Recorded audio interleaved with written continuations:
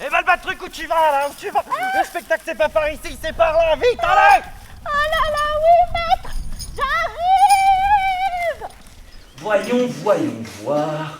Où en étions-nous, Madame Truc? Je sais! Oui. Au début. Au début, alors bah, merci beaucoup. Hein. C'est sûr qu'on va pas commencer par la fin. Ah ben non, on peut pas commencer par la fin, non. Qu'est-ce que je ferais sans toi, je me demande? Ah ben je me le demande aussi. Alors, au début, notre histoire commence donc en l'an 599 avant Jésus-Christ, lorsque le peuple des Phocéens décida de quitter les côtes de l'Asie mineure à la recherche de nouvelles terres. Ah mais... Oui. Mais pourquoi? Pourquoi pourquoi parce que la terre ça coûte cher, ils se sont dit on va aller voir là-bas, peut-être qu'ils vont nous la donner gratuitement. Je sais pas moi là, pourquoi arrête de raconter n'importe quoi, fais-nous la mer. La mer? Oui, fais-nous la mer, vas-y. Vas-y. Fais-nous le vent. Vous savez faire le vent les enfants? Oui. Oh, c'est pas mal, c'est un joli vent, une petite brûlure, c'est pas mal. Je disais donc, les Phocéens étaient donc de grands navigateurs, et ils n'avaient pas peur de s'aventurer loin, très loin. Oh, Mais où ça? à chaque fois, elle va m'interrompre comme ça. Où ça? Ben, je sais pas, moi, où ça leur chante, ben, sur les côtes de l'Europe du Sud, voilà, par exemple. Oui, sur les côtes de l'Europe du Sud. Mais avant d'entreprendre leur expédition, ils devaient s'enquérir de la vie des dieux. Mais lesquels de Dieu? Et lesquels? Mais lesquels? Mais je sais pas, moi, les dieux, ceux qui avaient du réseau, ceux qui étaient disponibles. Ah, ça suffit, là, avec ça, là. Allez, va ranger la caravane. Elle m'épuise, hein, celle-là. Alors, je disais donc, Protis, le chef de l'expédition des Phocéens. Attendez, je mets ma cape, je deviens Protis. Hop. Eh ouais, non, ça marche pas. Hop. Protis, donc, le chef des Phocéens, alla jusqu'au temple pour s'enquérir de la vie de la grande prêtresse. Voyons.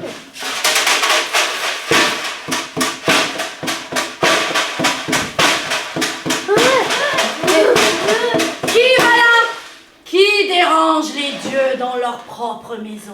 Oh, je suis Protis, le chef des Phocéens, et je viens m'enquérir de la vie des dieux pour mon expédition. Ton expédition? Oui, hein? mon expédition. Et pourquoi veux-tu donc partir, Protis le Phocéen? Le soleil de ton peuple n'est-il plus assez chaud pour toi? Oh si, notre soleil est beau et chaleureux. D'ailleurs, je n'en connais aucun d'aussi chaud, mais je voudrais voir s'il brille autant pour les peuples au-delà de la mer. Au-delà de la mer. Au-delà de la mer. Mais où veux-tu donc partir, Protis le Phocéen?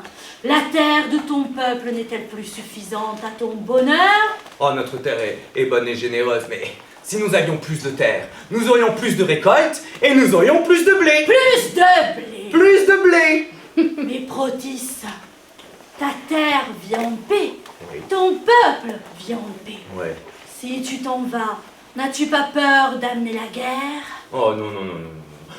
Parce que tout ce que je fais, je le fais pour mon peuple. Alors va, Protis. Oui. Va. Les dieux sont favorables à ton voyage. Les vents seront généreux et la mer calme, et nous te protégerons pendant ton voyage. Mais n'oublie pas, n'oublie pas de touiller. De touiller. Touiller quoi, touiller? Eh, la grande prêtresse, elle est où, la grande prêtresse, là? Grande prêtresse! Grande prêtresse! Elle est plus là. Non, mais c'est pas possible, mais qu'est-ce que je vais faire, moi, avec une prophétie pareille? Touiller, mais touiller.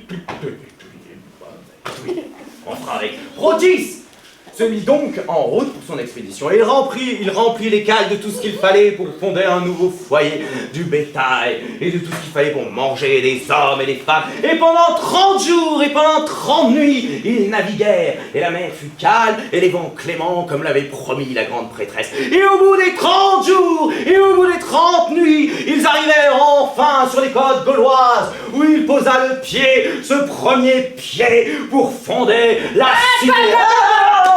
qui se passe? Garde! Il y a un intrus dans Mais non, notre mais ville! mais pas du tout, mais arrêtez, ça picote, arrêtez.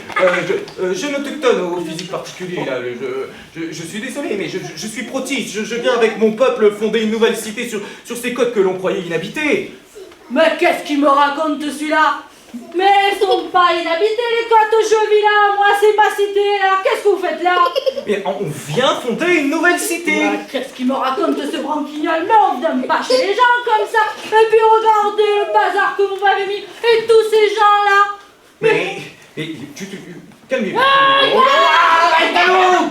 Non mais on vient, bon, je suis fatigué parce que je comprends pas très bien votre langage. Ouais, je parle très bien le français, ouais. Qu'est-ce qu'il me raconte le branquignol là? Il y aurait un responsable, quelqu'un à qui parler. Alors, ici t'es dans la cité du roi Mag. Ah, le roi Mag. Et ce soir, on devait faire un banquet royal ici. Un banquier royal. Eh, il connaît Mais j'adore les banquiers royaux, moi. Mais il connaît rien cette tête d'ail là. Ce soir, la princesse Gipétis, La princesse. la fille du roi Mag, La fille du roi Man. elle doit choisir son futur mari. Oh. Et tous les hommes sont invités à venir ici au banquet royal. Mais comment tu veux que je prépare un banquet là pour mon roi? Regarde tout ce que tu m'as foutu là. Oui, et tous ces gens. Alors, calme-toi. Alors, ce que je propose, c'est qu'on va ranger. Mon peuple va ranger. Donc, toi, tu prends un balai, là, tu commences. Toi, tu prends la serpillière. La serpillière. Voilà. Alors, mes gens vont ranger. Et pendant ce temps, toi, tu m'emmènes jusqu'au Roman. Bon alors celui-là, mais tu n'as pas besoin de moi pour aller au Roman. Tout le monde est invité au banquet, comme ça il n'y a personne qui marronne. Mais très bien, alors j'y vais de ce pas. Mais d'abord tu me ranges. Mais oui, je vais tourner. Arrête de me picoter.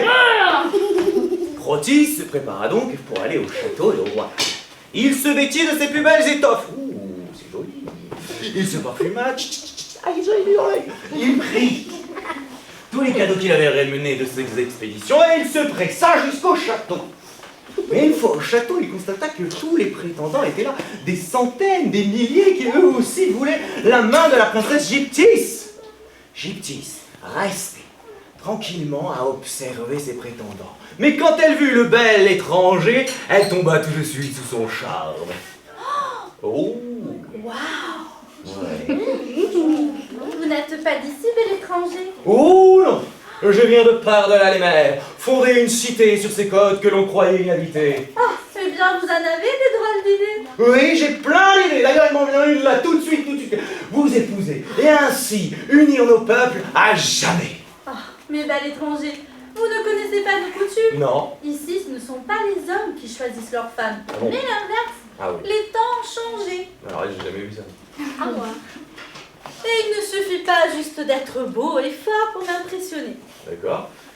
Alors, je vous avoue que j'aurais préféré vous séduire avec mon physique imposant ou alors me battre contre un des maigrelets là, mais qu'est-ce qu'il faudrait que je fasse alors pour vous séduire? Voyons voir. Je cherche un époux qui soit créatif. Créatif. Alors je vous propose un défi, bel étranger. Oui. Si vous arrivez demain avant midi à Mhm. m'amener un plat délicieux, Ouais. quelque chose de votre pays que je n'aurais jamais goûté, alors là, j'accepte de vous épouser. Défi relevé. Bonne chance, bel étranger. Protis rentra donc au bateau parce qu'il savait déjà le mets d'exception qu'il allait ramener, qui serait en mesure de séduire le roi Man et ainsi de lui donner la main de sa fille. Elle est où la pâte d'amande? Non, c'est pas ça, c'est ça. Elle est pas là, elle est pas là non plus. D'accord. Mon peuple? Y'a personne. Oui, mais mon peuple là, quelqu'un, vous faites quoi là? Quelqu'un là, s'il vous plaît? S'il vous plaît? Oui, quelqu'un. Ah, voilà. Elle est où la pâte d'amande? Ah, c'est-à-dire que... C'est-à-dire que quoi? Alors, vous allez trouver ça drôle? Ouais. Eh bien, on avait un petit peu faim. D'accord. Alors, on est allé voir dans les valises et on s'est dit, ah, mais tiens, de la pâte d'amande. Ouais. Et on en a pris un petit bout, D'accord. Et et après? un petit bout, Et et un plus gros bout. vous avez mangé toute la pâte d'amande? Ah bah, Mais il y en avait des caisses et des caisses. Mais vous avez tout mangé la pâte d'amande? mais on avait faim. Mais vous êtes des groins, mais vous êtes des sacs à patates, mais c'est pas possible. Et je vais faire quoi moi? Je vais ramener quoi la princesse Gipétis moi maintenant? Ah bah alors lui, il vient, il mange au banquet royal avec la princesse et il nous laisse sans rien, on n'avait pas à Mais manger. c'est normal! Je suis le chef de l'expédition! Le chef. Ben oui, je suis le chef de l'expédition! Vous avez tout mangé! Bon, alors, c'est-à-dire qu'il nous reste quand même un petit quelque chose. Quoi?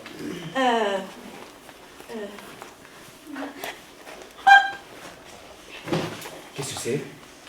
De l'huile d'olive. De l'huile d'olive. Mais c'est bon, l'huile d'olive. Ah bah on oui, peut de boire l'huile comme d'olive. ça, dans Donc une là, salade, la princesse dans un- Gypsy, elle a jamais vu de On l'huile fait d'olive. frire quelque chose à la fois. C'est tout ce qu'il reste là! De l'huile d'olive, mais vous rigolez! Qu'est-ce qu'il y a? Il reste quoi Vous encore? n'avez pas quelque chose à manger? Oui. Qu'est-ce que c'est?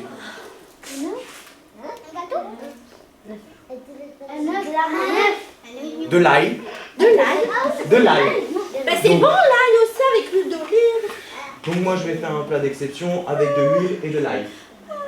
Et qui va séduire le roi et qui va me donner la main de sa fille. C'est ça, au ton avis? Hop.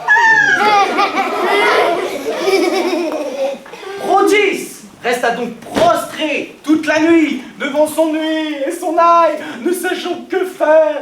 Et il pleurait à chords de larmes parce qu'il ne trouvait pas de solution. Et il maudissait les dieux qui semblaient à leur tour l'avoir maudit. Alors il remaudissait les dieux qu'il avait encore remaudit. Et il passa toute la nuit ainsi. Mais au matin, à 2 heures de devoir rendre sa mixture, Rhodis fut pris de folie. Et il tapa, et il tapa, et il tapa encore, et encore, et encore, et encore, jusqu'à se souvenir de ce qu'avait dit la grande prêtresse. N'oublie pas de touiller. N'oublie pas de touiller. Et il se mit à touiller, et à touiller, et à touiller encore, et encore, et encore, et encore, et encore. Il s'arrête un petit peu, et il se remit à touiller, et à touiller, et à touiller, jusqu'au moment où, alléluia, la mixture s'était épaissie, et à goûter. Il n'avait jamais goûté quelque chose de si bon, alors il se pressa parce qu'il était en retard pour rendre sa mixture au château. Et le château, il était vachement loin. Alors il courut de toutes ses forces pour arriver jusqu'à temps, à la dernière seconde, à la dernière minute. Princesse, la princesse, j'ai fait ça. J'ai fait ça, j'ai fait ça. Oui, j'ai fait ça. Mais qu'est-ce que c'est? C'est goûter. Mais ça sent pas très bon. Non, ça c'est pas très bon, mais des fois Ça ça sent sent pas l'ail. bon, mais des fois c'est bon quand même. Mais qu'est-ce qu'il y a dedans? C'est de l'huile De l'huile avec de l'ail. Avec de l'ail? Avec de l'ail. Ah ben, est-ce que je dois goûter? Oui.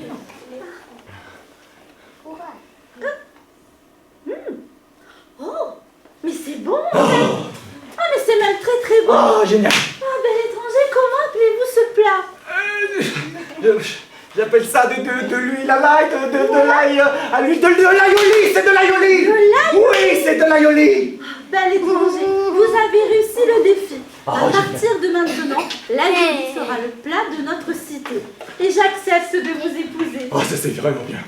Et à partir de maintenant, notre ville accueillera tous les peuples qui viennent d'au-delà la mer.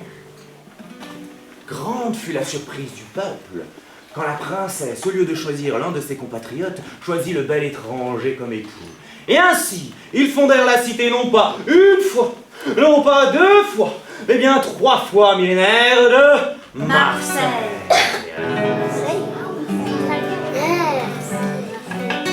À l'encre bleue, d'un vieux stylo, au bord de l'eau, je t'écris un mot, juste un oiseau qui me surveille.